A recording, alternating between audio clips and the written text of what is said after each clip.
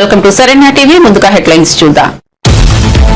తానా conference కు రేవంత్ రెడ్డికి ఆహ్వానం. జూలై 3 నుంచి 5వ తేదీ వరకు తానా కాన్ఫరెన్స్. రెట్రాయిల్లో జరగనున్న సభలకు రేవంత్ ను ఆహ్వానించిన తానా ప్రతినిధులు. ఇప్పటికే చంద్రబాబును ఆహ్వానించిన తానా ప్రతినిధులు.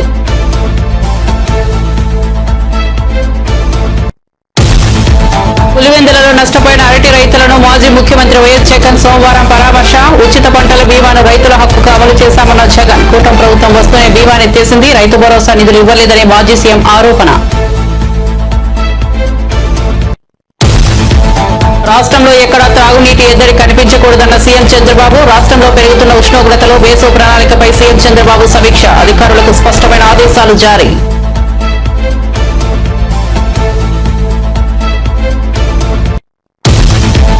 బాధ్యత గల పౌరురాలిగా ఇక అలాంటి పనులు చేయనన్న యాంకర్ శ్యామల. బెట్టింగ్ యాప్ ను ప్రమోట్ చేసిన కేసులో విచారణకు హాజరైన శ్యామల. ఇకపై బెట్టింగ్ ను ప్రమోట్ చేయనని వ్యాఖ్య. విచారణకు పూర్తిగా సహకరిస్తానన్న శ్యామల.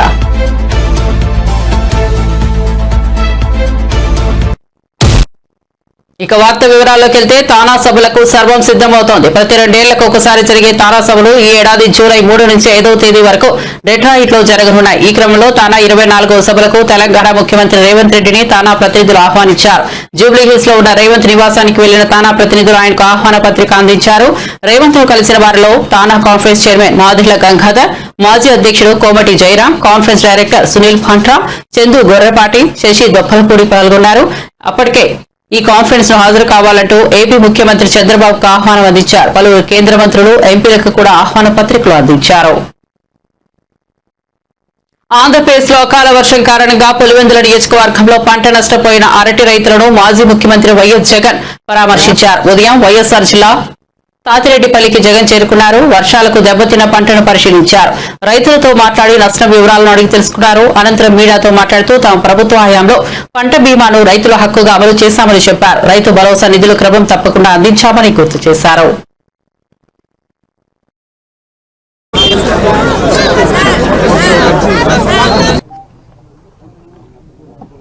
ఇక్కడే ఇంటిగ్రేటెడ్ కోల్డ్ స్టోరేజ్ కనిపిస్తుంది. దేశంతో మా ప్రభుత్వ హయాంలో, వైఎస్ఆర్సీపీ ప్రభుత్వ హయాంలో 25 కోట్ల రూపాయలు పెట్టి ఇంటిగ్రేటెడ్ కోల్డ్ స్టోరేజ్ కూడా పెట్టడం జరిగింది. మా ప్రభుత్వం ఎలక్షన్లకు పోక మునిపే దాన్ని ప్రారంభించడం కూడా జరిగింది. ఎంత దారుణమైన పరిస్థితి ప్రభుత్వంలో ఉంది అని అంటే, కనీసం దానికి యూజర్ ఏజెన్సీని టెండర్ పిలిచి యూజర్ ఏజెన్సీని ఐడెంటిఫై చేసి యూజర్ ఏజెన్సీకి దాన్ని అప్పచెప్పి కనీసం దాన్ని వాడుకలేకి కూడా ఈ ప్రభుత్వం తీసుకొని రాకుండా ఈ ప్రభుత్వం నడిపిస్తూ ఉంది అని అంటే వీళ్ళకి రైతుల మీద ఎంత కపట ప్రేమ ఉంది అని చెప్పడానికి ఇంతకాలం నిదర్శనం అవసరం. అక్కడే గన యూజర్ ఏజెన్సీని గన ఇచ్చి ఉంటే 500 మెట్రిక్ టన్నులకు సంబంధించిన సామర్థ్యం ఆ కోల్డ్ స్టోరేజ్లో ఉంది కాబట్టి యూజర్ ఏజెన్సీని కనుక పెట్టి ఉండింటే ఆ యూజర్ ఏజెన్సీ అరటికి సంబంధించిన కొనుగోలు చేసేవాడు. వీళ్ళు రైతన్నలు ఆ యూజర్ ఏజెన్సీ అక్కడ పనిచేస్తూ ఉంది కాబట్టి వీళ్ళైనా కూడా అక్కడ పెట్టుకునే పరిస్థితి ఉండేది. మా ప్రభుత్వ హయాంలో ఏ రకంగా ఎక్స్పోర్ట్ చేసినాము 2 కంటైనర్లను పెట్టి అరటికి సంబంధించి అది ఇంకా ప్రోత్సహించబడేటివి.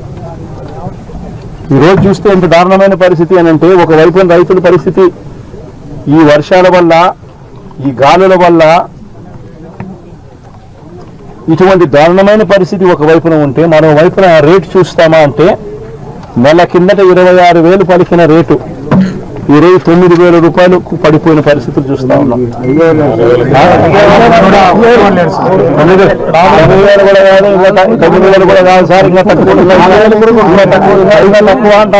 వ్యాపారస్తులు ఎంత అంటే బండి పంపరు సార్.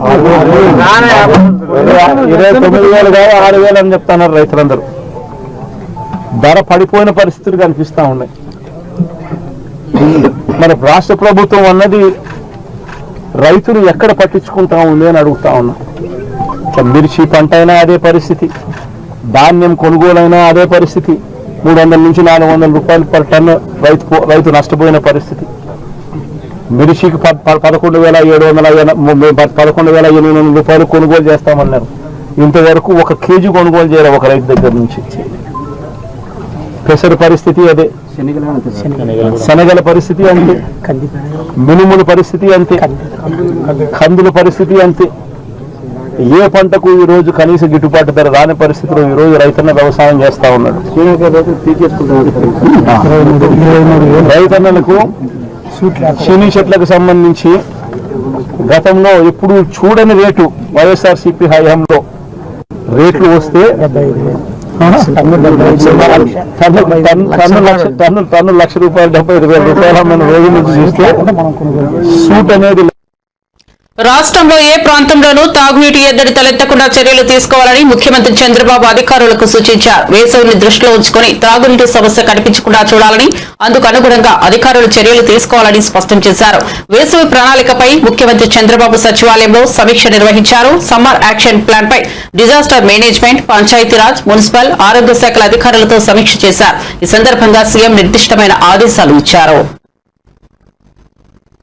భారతదేశంలోని దక్షిణాది రాష్ట్రాల అభివృద్ధికి బీజేపీ కట్టుబడి ఉందని రాష్ట్ర అధ్యక్షుడు కేంద్ర మంత్రి కిషన్ రెడ్డి చెప్పారు. నాంపల్లిలోని బీజేపీ కార్యాలయంలో రెడ్డి మాట్లాడుతూ ఎప్పుడు ఎన్నికలు వచ్చినా కర్ణాటక, తెలంగాణలో బీజేపీ అధికారంలోకి రావడం ఖాయమని అన్నారు. గత లోక్సభ ఎన్నికల ఫలితాలు ఇందుకు నిదర్శనమని కిషన్ రెడ్డి అన్నారు.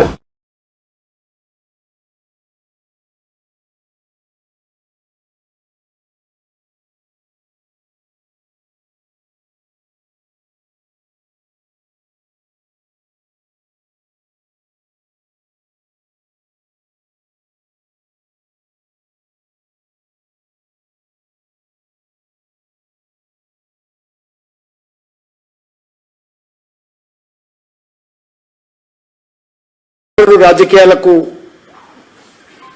తెరలేపేటువంటి ప్రయత్నం చేస్తా ఉన్నారు. ముఖ్యంగా డిఎంకేకి సంబంధించినటువంటి తమిళనాడు ముఖ్యమంత్రి గత 4 సంవత్సరాలుగా తమిళనాడులో పూర్తిగా ఒక కుటుంబ పాలన, ఒక అవినీతి పాలన, కుంభకోణాల పాలన చేస్తూ ఆ తండ్రి కొడుకుల ప్రభుత్వము, స్టాలిన్ కుటుంబ ప్రభుత్వము ప్రజలలో వ్యతిరేకత కూడగట్టుకున్న నేపథ్యంలో గతంలో ఇచ్చినటువంటి హామీలు అమలు చేయనటువంటి నేపథ్యంలో భారతీయ జనతా పార్టీని, అదేవిధంగా డీలిమిటేషన్ పేరుతో, భాష పేరుతో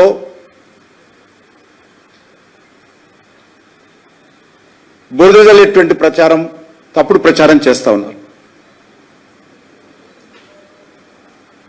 నేను అడుగుతా ఉన్నాను కాంగ్రెస్ పార్టీని, బీఆర్ఎస్ పార్టీని, మిగతా పార్టీలను. ఈరోజు దక్షిణాదిన ఎన్డీఏ 2 రాష్ట్రాల్లో మేము అధికారంలో ఉన్నాం. ఎప్పుడు ఎన్నికలు వచ్చినా కర్ణాటకలో, తెలంగాణలో అధికారంలోకి వస్తాం, రావాలని కోరుకుంటున్నాం. ప్రజలు కూడా సంకేతాలు గత పార్లమెంట్ ఎన్నికల్లో కానీ, ఇటీవల శాసన మండలి ఎన్నికల్లో కానీ స్పష్టంగా తెలంగాణ ప్రజలు కూడా ఇచ్చారు.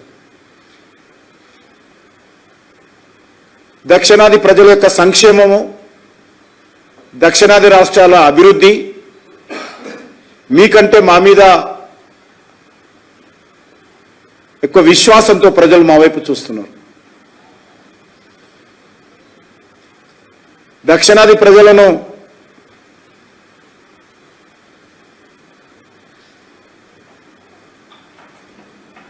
ఈరోజు వారి సంక్షేమం కోసం చిత్తశుద్ధితో మేము కృషి చేస్తా ఉన్నాం, భవిష్యత్తులో కూడా చేస్తాం. మేము దక్షిణాదికి అన్యాయం చేసి భాషల పేరు మీద మేము భారతీయ జనతా పార్టీని నడపాలనుకోవడం లేదు. దక్షిణాదిలో కూడా పూర్తి స్థాయిలో పట్టు సాధించాలని, దక్షిణాదిలో కూడా ఇప్పుడున్నటువంటి ఎన్డీఏ ప్రభుత్వాలు 2 ఏవైతున్నాయో వచ్చేటువంటి శాసనసభ ఎన్నికల్లో కర్ణాటకలో కానీ తెలంగాణలో గెలవాలని. క్రషర్ యజమానులను భయపెట్టిన అంశంలోనే మాజీ మంత్రి విడుదల రజనీ కేసును ఎదుర్కొంటున్నారని ఎంపీ లావు శ్రీ కృష్ణదేవరాయలు అన్నారు. రజనీ చేసిన వ్యాఖ్యలపై స్పందించారు. మీ ఒత్తిడితోనే స్టోన్ క్రషర్స్ పై భారీగా జరిమానా వేయబోతున్నారనేది నిజం కాదా అని సూటిగా ప్రశ్నించారు. 40 ఏళ్ల నుంచి విద్యాసంస్థలు నడుపుతున్న తాము ఏనాడు భూములు కావాలని ప్రభుత్వాలను అడిగింది లేదని స్పష్టతనిచ్చారు. అందరికీ కూడా నా హృదయపూర్వక నమస్కారం.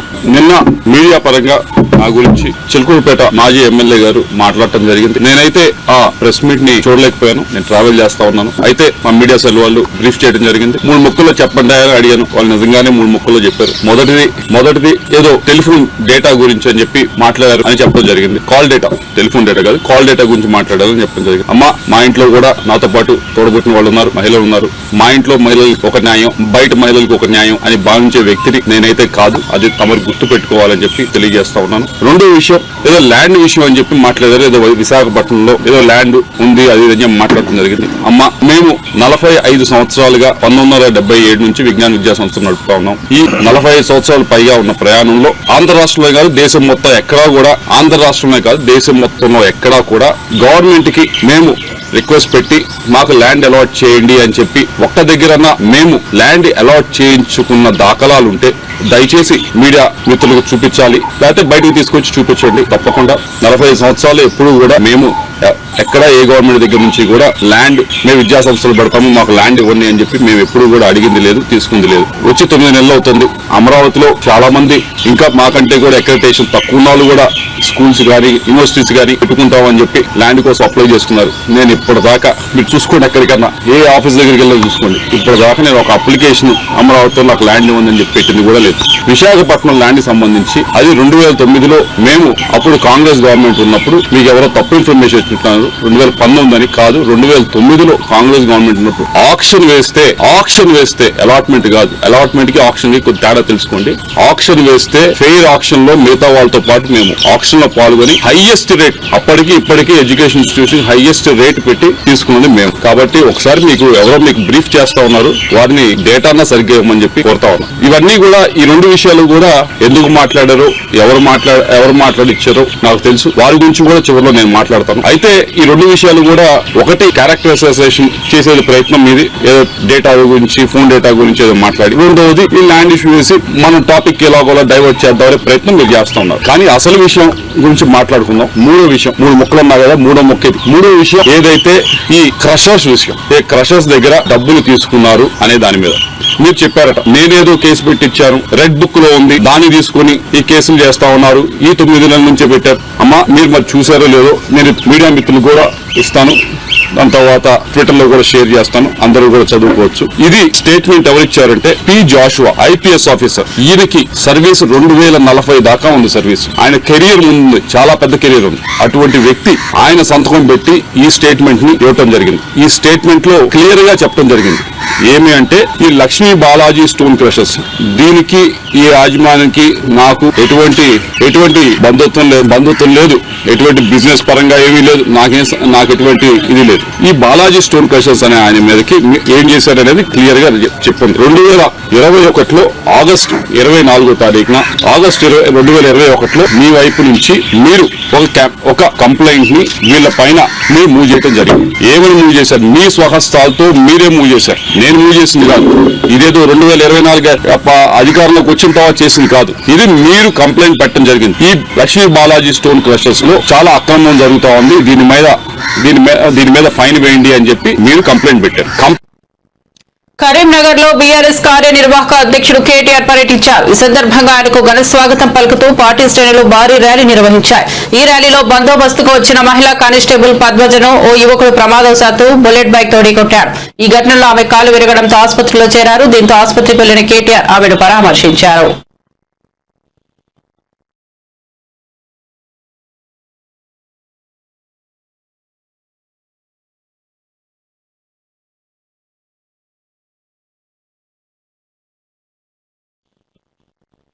బెట్టింగ్ యాప్ల ప్రమోషన్ కేసులో వైఎస్ఆర్సీపీ అధికార ప్రతినిధి శ్యామల పంజాగుట్ట పోలీసులు ఎదుట విచారణకు హాజరయ్యారు. తనపై నమోదైన ఎఫ్ఐఆర్ కొట్టివేయాలని ఇటీవల ఆమె పిటిషన్ దాఖలు చేశారు. ఈ క్రమంలో ఆమెను అరెస్ట్ చేయవద్దని పోలీసులను హైకోర్టు ఆదేశించింది. విచారణకు సహకరించాలని శ్యామలకు సూచించింది. పోలీసులు శ్యామలను 3 గంటల పాటు విచారించారు. అనంతరం ఆమె మీడియాతో మాట్లాడారు. పోలీసుల విచారణకు తాను పూర్తి స్థాయిలో సహకరిస్తున్నట్లు చెప్పారు. అందాల పోటీలు కాదు, మహిళలకు భద్రత కావాలి.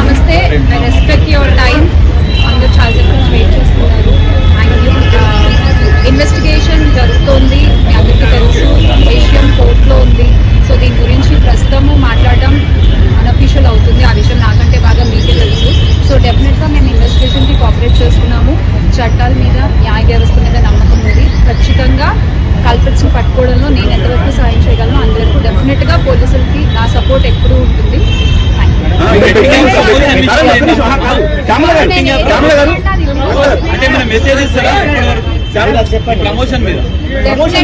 డెఫినెట్ గా ఇది తప్పు. అండ్ ఆ కుటుంబాలకు ఎవరైతే నష్టపోయారో వాళ్ళకు కూడా ఖచ్చితంగా ఆ లోటు ఎవరు తీర్చలేనిది. ఇంకా ముందు ఇలాంటివి ఏమీ జరగకుండా తీసుకోవాల్సిన బాధ్యత మన అందరిపై ఉంది. ఇది ఒక రెస్పాన్సిబుల్ సిటిజన్ గా చెప్తున్నాను.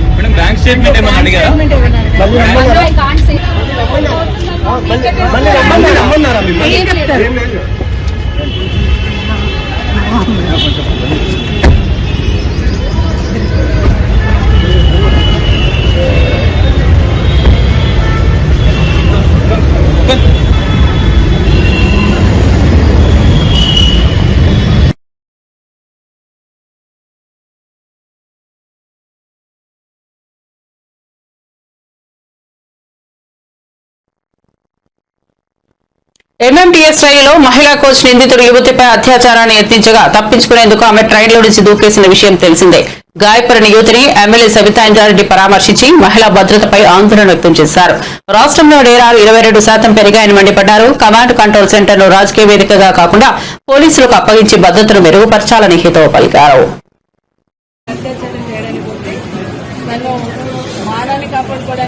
ప్రాణం పోయిన పర్వాలేదన్న ఉద్దేశంతో ట్రైన్ల నుండి కింది దూకేసింది అనేది సమాచారం రాగానే ఇమీడియట్లీ గోవాలక్ష్మి గారు రావడం జరిగింది. నిజంగా అమ్మాయి చూస్తే బాధ అనిపిస్తాం. ఎందుకంటే మొత్తం ఇట్లా పడిపోయి మొత్తం ముళ్ళలో కూర్చొని ఇంత ఇంప్రూవ్స్ అయినాయి అనేది కళ్ళు ఇరిగిపోయి జవాంతా కూడా కదిలిపోయి ఇబ్బందికరమైన పరిస్థితులలో అమ్మాయి ఉంది. నిజంగా బాధ అనిపిస్తాం.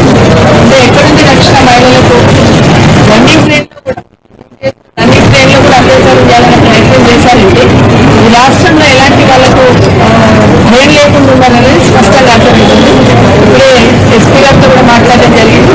ఎట్టి పరిస్థితులలో ఈ అఘాయిత్యానికి పాల్పడ్డ అతని మీద యాక్షన్ తీసుకోవాలా, ఇమ్మీడియట్గా అట్లాంటివి జరగకుండా భవిష్యత్తులో కూడా ఇట్లాంటివి జరగకుండా ఉండాలంటే అసలు లేడీస్ సంబంధించిన కోచ్లోకి ఎక్కేసి అత్యాచారం చేయబోయాడంటే ఇంత ధైర్యం ఉంటే నిఘాలోపం ఉంది అని తెలుసుకుని ఖచ్చితంగా ఇన్సిడెంట్ పాల్పడి ఉంటాడు. అట్లాంటి వాళ్ళని అబ్బాయిని ఇమీడియట్గా శిక్షించాలి. అట్లాగే ఈ విధంగా ప్రయాణం చేస్తున్న వాళ్ళకి, ట్రైన్లో ప్రయాణం చేస్తున్న వాళ్ళకి కూడా అందులో ముఖ్యంగా మహిళల కోచ్ అనే దాంట్లో ప్రత్యేకమైన చర్యలు తీసుకోవాలి. ఇల్లు టైంలో కెమెరాలు పెట్టి ఎక్కువ పర్యవేక్షించేటట్టు ఉండాల్సిన అవసరం ఉంది.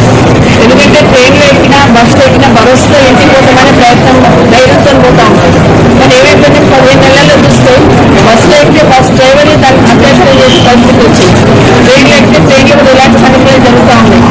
ఎక్కడైనా బయటికి వెళ్తే రోడ్డు పైన కూడా అట్లాంటి పరిస్థితి ఏర్పడుతున్న సందర్భాలు చూస్తున్నాం. మొన్న ఈ మధ్య పోలీస్ శాఖకు సంబంధించిన వాళ్ళు యాన్యువల్ రిపోర్ట్ సబ్మిట్ చేస్తున్నాం. క్రైమ్ రేట్ ఏ విధంగా పెరిగింది, మహిళల మీద అత్యాచారాలు ఏ విధంగా పెరిగినాయి అనేది వాళ్ళే అనౌన్స్ చేస్తూ ఉంటే బాధ అనిపించింది. క్రైమ్ రేట్ అయితే 22% పెరిగిపోయిందని చెప్తా ఉన్నారు.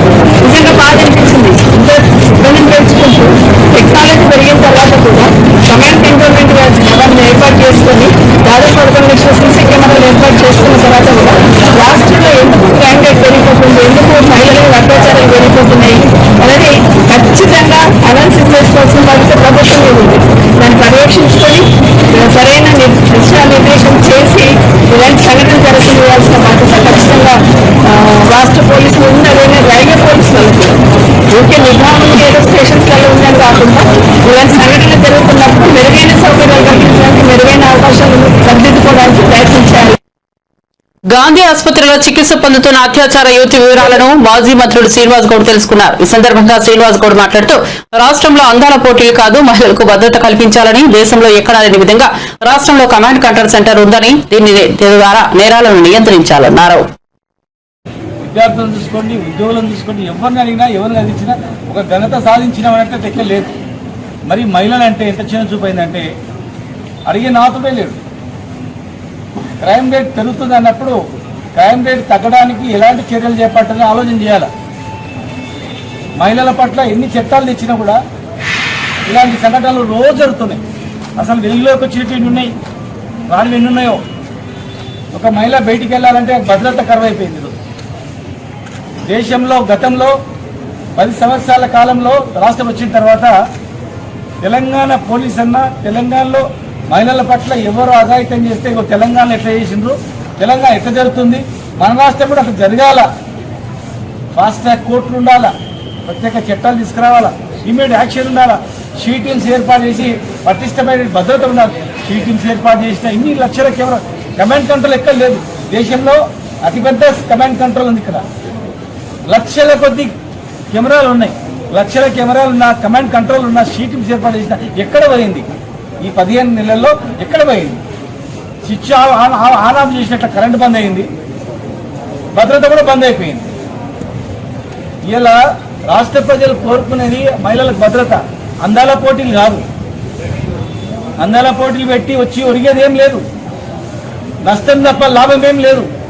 యువతకు అందాల పోటీలు బాగా పెట్టిందని చెప్పి అందాల పోటీలు చూసి బాగుపడేటువంటిది ఎక్కడ ఏ దేశం లేదు. ఇక్కడ ఈ భారతదేశంలో మాత్రం అందాల పోటీల నుంచి ఒక మహిళ ఏం కోరుకుంటుందంటే తన బిడ్డ క్షేమంగా ఇంటికి రావాలని కోరుకుంటుంది, తన బిడ్డ చదువుకొని బాగుపడాలా, 10 మందికి అన్నం పెట్టాలని కోరుకుంటుంది.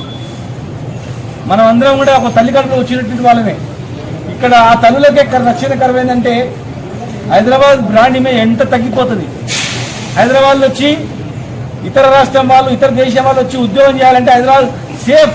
అర్ధరాత్రి ఆమె మహిళ ఒంటరిగా పోవచ్చు, క్యాబ్లో పోవచ్చు అనే భద్రత ఉండేది. కమాండ్ కంట్రోల్ వచ్చింది, కెమెరాలు పెరిగిపోయినాయంటే అరే హైదరాబాద్ చాలా సేఫెస్ట్ అని చెప్పి ఉండేది. కానీ అలా మహిళ పట్ల ఆమె ఎంత వీర వనిత, ఆమె భయపడకుండా నేను సావాలని వస్తా కానీ దీనికి లొంగను, దీనికి ఇచ్చేయనని చెప్పి ఆమె సావడానికి సిద్ధమైంది. ఆమె గర్వించాలి, మనం నిజంగా కూడా అప్రిషియేట్ చేయాలి. ఆమె ధైర్యానికి అదృష్టవశాత్తు బతికింది. ఖచ్చితంగా వెంటనే ఒక మంచి వైద్యం అందించాలి. సూపర్. జీఆర్పీఎస్పీ చందనా దీప్తి అత్యాచార యువతిని పరామర్శించిన అనంతరం మీడియాతో మాట్లాడుతూ మహిళా భోగిలో ఆమెతో పాటు 2 మహిళలు ఉండగా వారు అల్వాల్ స్టేషన్ లో దిగిపోయారని, కొంపల్లి సమీపంలో గుర్తు తెలియని యువకుడు ఆమెను బలవంతం చేయబోయారని, దీంతో కిందకు దూకేసిందన్నారు. 4 ప్రత్యేక బృందాలతో నిందితుడి కోసం గాలిస్తున్నామన్నారు. రాత్రి ఎల్లాపూర్ నుంచి వెళ్తున్నటువంటి ఎంఎంఎస్ ట్రైన్లో ఒక అమ్మాయి, she in early 20s age, అంతకంటే legal issues can't reveal the identity. తను లేడీస్ కంపార్ట్మెంట్లో వెళ్తుంది, తనతో పాటు ఇద్దరు లేడీస్ ఉన్నారు. అయితే ఆల్వాల్ ప్రాంతంలో వాళ్ళు దిగి వెళ్ళిపోయారు. సో తను ఒకటే ఉంది కంపార్ట్మెంట్లో. ఎలక్షన్ ఒక అతను కూడా ఉన్నారు. అతను ఏం చేశాడంటే అమ్మాయిని గట్టిగా పట్టుకోవడం జరిగింది. పట్టుకుంటే అమ్మాయి రెసిస్ట్ చేస్తే ఇంకా తనతో మాట్లాడి రూమ్కి రావాలి కాదు అది మాట్లాడితే అమ్మాయి సరే అనింది, వదిలేస్తారని. ట్రిప్ యూజ్ చేసిన తర్వాత అమ్మాయి సైకలాజికలీ భయపడి నాకు వదిలిపెట్టాడు, నన్ను చేస్తాడని చెప్పి ఆమె చాలా భయపడి తను చెప్పండి అంటే 500 కూడా తను కాల్ చేసింది. కాల్లో మాట్లాడుతున్నది అంటే అతనితో మాట్లాడుతున్నారు. కాల్ చేసిన తర్వాత ఎగ్జామ్ అండ్ అందులోనే తను ట్రైన్ నుంచి దూరం జరిగింది. దూకిన తర్వాత I think she lost consciousness. She staying హాస్పిటల్కి వచ్చిన తర్వాత తనకు మళ్ళా స్ప్రా వచ్చిందని చెప్తుంది. So we're still keeping her in observation. Her condition is stable.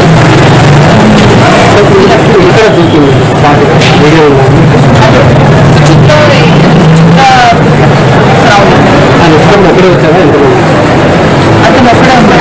అయితే అతను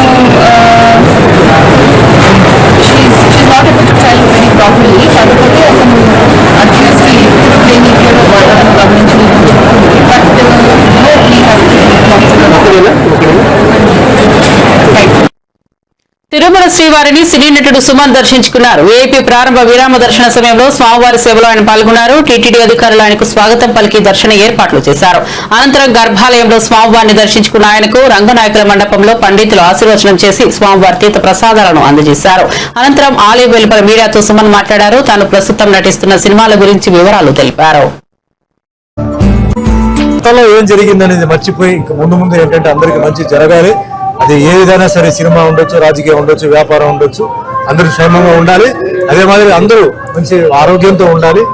అందరూ మంచి వాళ్ళ బిజినెస్ అన్ని మంచి బాగా మంచి ముందుకు వెళ్ళాలి. పిల్లలు బాగా చదువుకోవాలి. అండ్ రాష్ట్రంలో కూడా చాలా మంది ఏంటంటే డెవలప్మెంట్ జరగాలి. సో అందరూ బాగుండాలి. ఇది అంతకన్నా ఇంకా దేవుడి దగ్గర అడిగేది లేదు. అన్ని ఫ్యామిలీస్, మా అభిమానులు, మా కోసం ప్రార్థన చేసిన వాళ్ళు, నాతో పాటు ట్రావెల్ చేస్తున్న వాళ్ళు, ట్రావెల్ చేసిన వాళ్ళు అందరూ బాగుండాలి. అందరూ హ్యాపీగా ఉండాలి. కష్టంతో వెంకటేశ్వర స్వామిని అడిగారు. హిందీ, తెలుగు కాంతా అని ఒక సినిమా జరుగుతుంది. అది షూటింగ్ గుజరాత్ లో సాపుతారా అన్న ఊర్లో జరిగింది. తెలుగు, కన్నడ దాంట్లో సత్యంగా రవ్వ అని చెప్పేసి నేను చెప్పేదాన్ని main lead roles, almost all lead roles చేస్తున్నాను. ధర్మస్థల నియోజకవర్గం అందులో 3 సినిమాలు ఇది మెయిన్ లీడ్ రోల్స్ కింద చేస్తున్నాను. నేతని క్యారెక్టర్ ఆర్టిస్ట్ కదా. అదే మాదిరిగా కన్నడ అండ్ మలయాళం, ఒరియా ఈ లాంగ్వేజెస్ లో జరుగుతుంది షూటింగ్. తులు లాంగ్వేజ్ లో కూడా ఒక పిక్చర్ నెత్తెరకెర అనే ఒక సినిమా ఫస్ట్ టైం నేను తులు లాంగ్వేజ్ లో ఎంటర్ అయ్యాను నేను. సో పిక్చర్ చాలా బాగా వచ్చింది, క్యారెక్టర్ కూడా చాలా బాగా వచ్చింది. సో ప్రెసెంట్ దేవుడు ఆశీర్వాదం వల్ల అంటే నేను బిజీగా ఉన్నాను, వేరే లాంగ్వేజెస్ లో బిజీగా ఉన్నాను, బాగా తిరుగుతున్నాను. సో నాకు దేవుడిచ్చిన మీ అందరికీ తెలుసు, అన్నమయ్యలో వెంకటేశ్వర స్వామిగా నాకు ఇచ్చారు, రామదాసుల రాముడికి ఇచ్చారు, సత్యనారాయణ స్వామిలో ఆ దేవుడి పాత్ర ఇచ్చారు. సో నేను అనుకున్న దానికన్నా ఎక్కువగా నాకు దేవుడు నాకు ఇవ్వడం నిజంగా మా తల్లిదండ్రులు చేసిన పుణ్యం, నా పుణ్యం. ఎటువంటి సినిమా బ్యాక్గ్రౌండ్ లేని వాడికి భగవంతుడు వచ్చి మాకు అవకాశం ఇవ్వడం, ఆ భగవంతుడు ఎప్పుడు నేను మర్చిపోను. మా వెంకటేశ్వర స్వామి మాకు ఏంటంటే ఆయన మా అంటే ఇంటి దేవత లాంటిది. ఏది జరిగినా, నేను ఏది చెప్పినా అదంతా ఆయనదే. చాలా మంది ఉంటారు, నేను అలా చెప్పారు మీరు ఇలా, అంతా ఆయన రూలు, ఆయన అంటే అంటారు కదా, leader knows the way, goes the way, shows the way.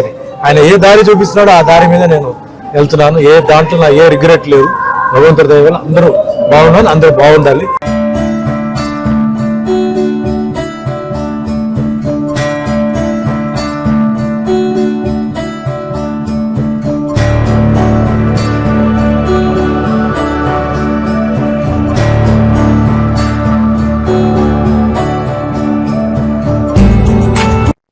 Bulletin ముగించే ముందు హెడ్లైన్స్ మరోసారి చూద్దాం.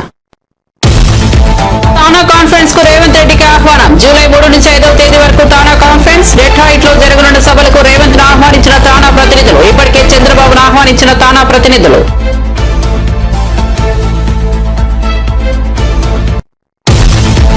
పులివెందులలో నష్టపోయిన అరటి రైతులను మాజీ ముఖ్యమంత్రి వైఎస్ జగన్ సోమవారం పరామర్శ. ఉచిత పంటల బీమాను రైతుల హక్కుగా అమలు చేశామన్న జగన్. కూటమి ప్రభుత్వం వస్తూనే బీమాను ఎత్తేసింది, రైతు భరోసా నిధులు ఇవ్వలేదని మాజీ సీఎం ఆరోపణ. రాష్ట్రంలో ఎక్కడో తాగునీటి ఎద్దడి కనిపించకూడదన్న సీఎం చంద్రబాబు. రాష్ట్రంలో పెరుగుతున్న ఉష్ణోగ్రతలు, వేసవి ప్రణాళికలపై సీఎం చంద్రబాబు సమీక్ష. అధికారులకు స్పష్టమైన ఆదేశాలు జారీ.